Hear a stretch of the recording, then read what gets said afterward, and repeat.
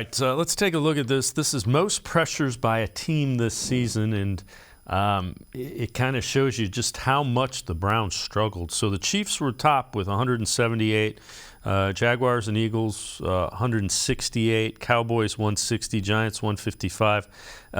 Those are all playoff teams. 49ers 151.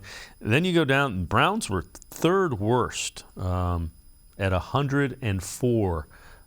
74 pressures on the quarterback behind the Chiefs, the top team. And when you look at what the teams look like on paper, that shouldn't be. No, and I mean, obviously there's reasons for that. We saw, Myles Garrett had the car accident, and it took him some time to, physically recover from that. Jadeveon Clowney was far from what we saw in 2021. The defensive tackles really didn't get the job done. That, Andrew Berry was hoping that they were going to take a step forward. That didn't happen.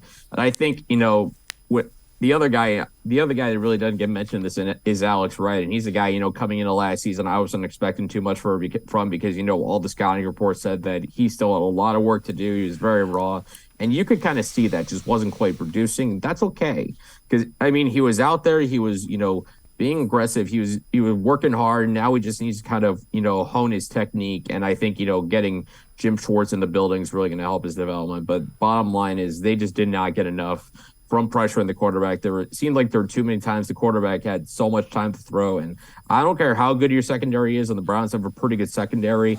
If you give a quarterback enough time to throw, he'll pick any secondary part in the NFL. It is the NFL after all. And the talent margin is so close that you have to be able that really you have to have your defense working in concert. The coverage has to help the pressure, but more importantly, the pressure has to help the coverage.